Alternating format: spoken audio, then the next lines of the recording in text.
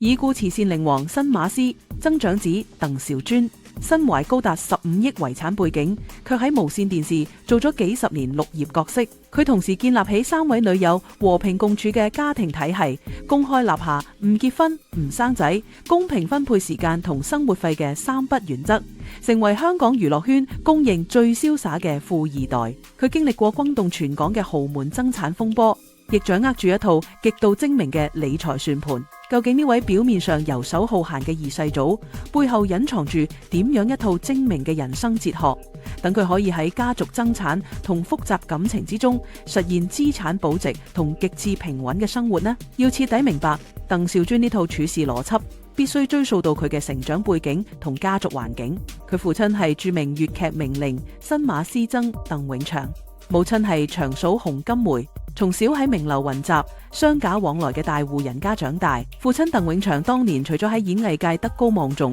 喺地產、酒樓同唱片事業上亦有深厚積累。鄧兆尊從小喺耳濡目染之下，對商業運作同人性貪婪有住極為深刻嘅體會。佢年輕嗰陣前往加拿大留學，順利取得約克大學商業學位，接受過完整嘅西方高等教育同財務訓練。大戶人家內部極度複雜嘅人際關係，令佢喺年輕階段就親眼見識到利益分配對人性嘅強烈衝擊。嗰種從小身處名利場核心，卻又睇穿名利虛妄嘅特殊經歷，塑造咗佢日後極度冷靜、絕唔貪婪嘅性格基調。佢深刻明白，過度張揚同盲目爭奪，往往係災難嘅根源。呢種深層認知，直接決定咗佢日後面對龐大家族爭產危機嗰陣，能夠展現出超乎常人嘅理性同應對策略。承接住呢種獨特嘅成長背景，1996年爆發嘅新馬師曾家族爭產事件，成為咗考驗鄧兆尊應變能力嘅第一場公眾風波。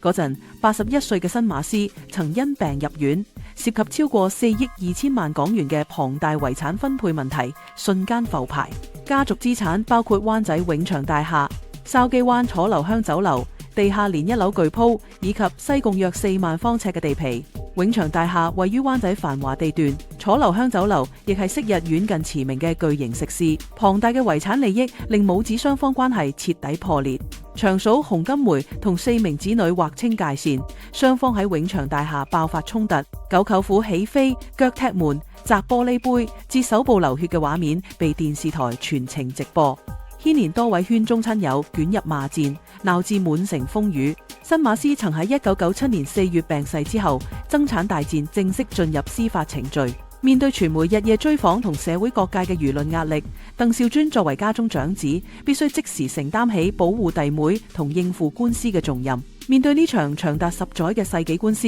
鄧兆尊展現出極度克制嘅冷靜態度。喺成個訴訟期間，佢堅持唔喺傳媒面前對母親進行情緒化嘅攻擊，反而全權委託專業法律團隊負責應訴。佢喺官司期間多次向弟妹強調，法律訴訟嘅核心係於證據同法理，絕唔可以被外部輿論同親友嘅挑撥所影響。佢成功團結3名弟妹，維持一致行動，避免咗家族內部2次分裂。佢明白豪門爭產中最忌諱嘅就係被情緒主導，因為無謂嘅罵戰只會白白消耗龐大嘅律師費同家族聲譽。官司最終喺2006年獲法庭裁決4名子女勝訴。法官喺判詞中明確指出，長嫂係極差嘅證人，並要求佢交出持有楚留香酒樓鋪位公司嘅8%股份。法庭嘅最終裁決確認咗4名子女嘅合法權益，亦讓長達10載嘅法律糾紛畫上句號。鄧兆尊喺成個過程之中，始終保持低調同理智，以法理同證據代替言語交鋒，展現出家族決策者嘅戰略定力。勝訴之後，如何處理龐大嘅遺產物業，進一步體現咗鄧兆尊嘅資產管理智慧。佢冇選擇死守傳統不動產，而係執行極度果斷嘅變現策略。2003年，鄧家子女將永祥大廈90%股權以9540萬港元授予東華三院，既為家族帶嚟即時現金流，又保留咗讓4名子女長期居住嘅權利，可謂一舉兩得。2017年，位於筲箕灣嘅楚留香酒樓舊鋪，再獲投資者以接近3億2千萬港元購入，加上手頭上持有嘅西貢4萬方尺優質地皮，佢將賣樓賣地所得嘅龐大資金轉化為高股息、股票、債券同定期存款。佢深知本港樓市同零售業面對長遠周期轉變，磚頭絕非永遠保值嘅神話，將實體物業高位套現轉化為流動性極高嘅現金流同避險資產，令佢每年光係依靠利息同股息進賬就有超過3000萬港元。呢部棋徹底擺脫咗物業維修同市況波動嘅風險，展現咗佢對資本市場嘅精明算盤。擁有一生花之不盡嘅財富之後，鄧兆尊喺演藝事業上嘅選擇同樣出人意表。佢冇利用家族財力開拍電影，亦冇爭做男主角，反而喺無綫電視甘心擔任過百集綠葉同搞笑角色。喺皆大歡喜同封神榜等經典劇集裏面，佢經常飾演被取笑、傻裏傻氣嘅配角。佢喺皆大歡喜中飾演嘅高爾康角色深入民心，展現出極佳嘅喜劇細胞。事實上，佢將拍戲視為維持生活、作息同社交嘅工具，從不計較戲份多寡同片酬高低。同事同監製都讚佢工作態度極佳，從不遲到早退，亦冇富二代嘅架子。佢曾公開透露，喺鏡頭面前飾演小人物同裝傻，能夠有效消除外界對佢嘅戒心，避免捲入電視台內部嘅派系鬥爭。呢種甘於做綠葉嘅心態，反映咗佢將個人尊嚴同外喺名氣徹底解綁嘅高級處世哲學，亦令佢喺演藝圈建立起獨一無二嘅好人緣。比起演藝事業上嘅低調，鄧兆尊喺感情生活上嘅安排更成為本港全城熱話。佢同時同3位女朋友保持長期穩定嘅伴侶關係，包括大女友 Carmen、二女友車仔同三女友 L3。喺傳統一夫一妻制嘅社會框架下，呢種多重伴侶關係往往伴隨住無休止嘅爭風吃醋同家庭撕裂。不過，鄧兆尊卻能夠令3位伴侶和平共處幾十年，建立起一套極具秩序嘅家庭體系。佢將3位女友嘅住所安排喺灣仔同跑馬地一帶，方便互相照顧同集中管理。傳媒經常捕捉到佢同3位女友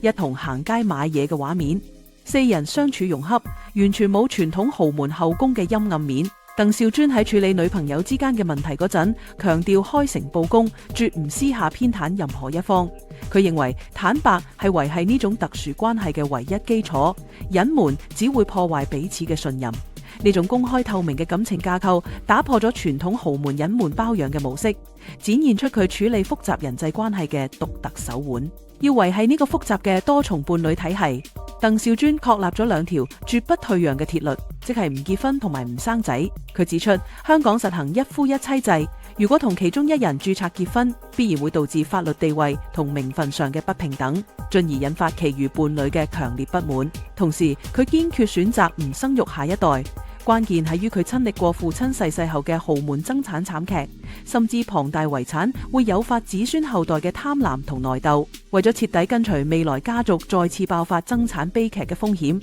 佢選擇喺自己呢一代將遺產問題畫上句號。3位女友喺交往初期就已經清楚知道呢2大底線，並喺達成共識後先至決定共同生活。鄧兆尊認為喺關係開始前講清講楚，總好過日後因期待落空而產生怨恨。呢2條鐵律成功喺源頭上封殺咗名分同財富繼承嘅矛盾，成為維持家庭穩定嘅最強防線。除了底線原則之外，鄧兆尊喺日常時間分配同財務安排上，亦執行極度精確嘅公平機制。喺時間管理方面，佢採用1星期7日嘅輪流運作模式，每位女友每星期固定分得2至3日嘅陪伴時間，剩低嘅1日就留俾自己作為私人空間同打單機遊戲嘅時間。喺財務供給方面，佢每月會向3位女友發放完全相同金額嘅生活費，金額高達每人幾十萬港元，並且一律透過銀行自動轉賬處理。佢喺公眾場合同行嗰陣，堅決避免同任何一位女友私下拉手或者過分親密，避免令另外2人感到被冷落。佢將經營感情比喻為管理團隊，每當女友之間出現小摩擦嗰陣，佢會扮演冷靜嘅調解者角色，以客觀事實分析道理，絕唔盲目袒護任何一方。呢種制度化嘅資源分配同公平原則，徹底消除咗伴侶之間嘅自妒心，令家庭成員都有法可依。隨住年月增長同年紀漸長，鄧兆尊喺網絡訪談節目中公開透露，佢同3位女友嘅相處模式已經進入全新嘅階段。佢非常坦白咁指出，自己同3位女友好耐已經冇親密接觸，彼此之間嘅關係已經由激情轉化為長久嘅家人陪伴同生活照顧。佢笑言，如果女友有相關需求，甚至要入紙申請同儲定能量開戰。呢種幽默同坦率嘅回應，展現出佢毫無包袱嘅真實性格。事實顯示，佢冇刻意營造風流倜儻嘅虛假人設，反而如實反映長期伴侶關係嘅自然演變。外界經常以為多重伴侶生活充滿享樂，但佢用自身經歷證明，維持多方平衡需要付出龐大嘅心力同耐心。佢認為感情最終嘅歸宿係互相尊重同精神上嘅陪伴，而非單純嘅肉體慾望。呢種去慾望化嘅家人式相處，進一步減低咗男女感情中嘅佔有慾同衝突風險，令家庭運作更加穩固，亦贏得唔少網民嘅好感。喺個人財富管理嘅核心邏輯上，鄧兆尊奉行一套極度嚴格嘅防守型投資哲學。佢多次喺公開場合強調物極必反同埋切忌貪心嘅道理。好多富二代喺接手家族財富之後，急於透過創業、高槓桿投資或者進軍新興產業嚟證明自己嘅能力，結果往往因為缺乏商業經驗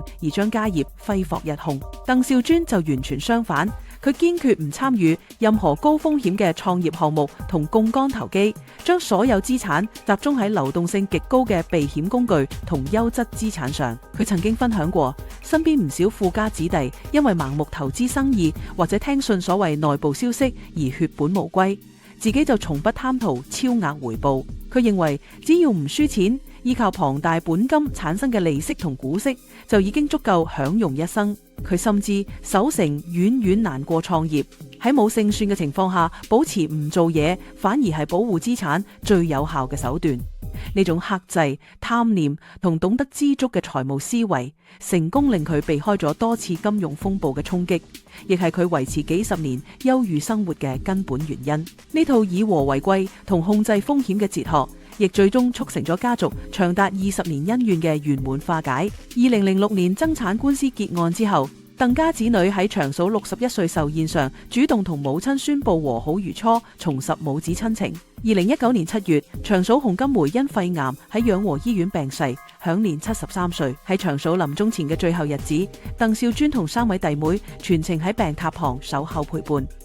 母親走完人生最後路程。長嫂離世後留下估值高達15億港元嘅龐大遺產，主要由4名子女承繼。鄧兆尊喺面對傳媒追問遺產分配細節嗰陣，依然保持一貫嘅低調同淡然，表示最重要係家人平安同做好本分，金錢只係過眼雲煙。由於前期家族內部已經建立起明確嘅溝通機制，成個遺產交接過程非常順利，冇再爆發任何法律訴訟同傳媒罵戰。佢成功帶領弟妹走出爭產陰影，將原本撕裂嘅家族重新凝聚起來，令家族恩怨正式畫上句號。縱觀鄧兆尊多年來喺公眾面前展現嘅形象，高情商同裝傻大志係佢最核心嘅生存武器。外界經常稱呼佢為最成功嘅二世祖，抑或躺平王。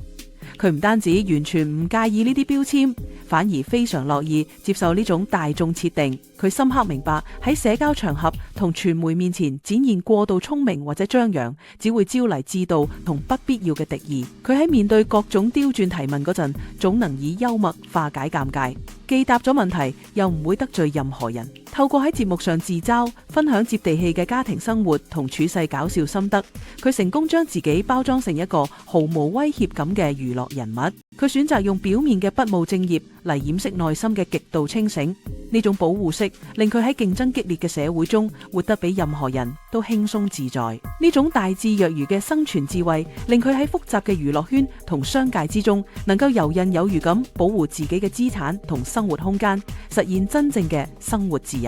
將大眾刻板印象同已核實嘅客觀事實進行對比，可以發現鄧兆尊嘅人生軌跡遠非一般人眼中嘅揮霍二世祖。表面上看，賣咗家族祖業、物業同維持幾段伴侶關係，好容易被世俗標籤為不思進取同多情享樂。不過客觀數據同時間線顯示得好清楚，佢喺樓市高位將變數極大嘅不動產套現轉化為每年帶嚟數千萬元穩定現金流嘅低風險資產，成功避開咗地產市場同零售業嘅周期衝擊。喺感情上，佢透過唔結婚、唔生仔同制度化分配，喺源頭上化解咗豪門最常見嘅爭產撕裂。世人往往只係睇到佢享樂嘅表象，卻忽略咗佢喺背後付出嘅戰略定力同情緒控制。佢冇盲目追逐社會對成功嘅單一標準，反而根據自己嘅優勢制定咗最適合自己嘅生存法則。佢嘅做法看似離經叛道，實質上係極度理性、經過精密計算嘅資產同風險管理方案，為豪門生存提供咗一個全新嘅視角。回應開場提出嘅核心問題，鄧兆尊之所以能夠實現資產保值同極致平穩嘅躺平生活，關鍵係於佢確立咗三大核心支柱。第一，係資產極致流動化，將實體物業轉化為高股息現金流，避開所有商業風險。第二，係感情制度化同斷捨離，透過唔結婚同唔生仔，徹底根除家族內鬥。第三，係情緒極致克制，以裝傻同低調化解外部敵意。可以確認嘅係，佢呢套哲學喺資產防守同個人情緒管理上取得咗巨大成功，展現出超乎常人嘅清醒同定力。依然冇答案嘅係，呢套極度依賴龐大遺產本金嘅生活模式，對缺乏原始資本嘅普通人嚟講係咪具備複製價值？以及喺漫長歲月中，三位伴侶嘅相處平衡係咪真係可以永遠保持穩定？無論如何，佢用幾十年嘅真實人生證明，懂得收斂貪念同保持清醒，往往比盲目擴張更具智慧。呢套哲學嘅成敗，最終留俾時間同後人去評價。唔知大家對鄧兆尊呢套人生哲學同資產管理方式又有啲咩睇法呢？歡迎喺留言區分享你嘅意見。多謝大家收睇娛樂真相館，我哋下次再見。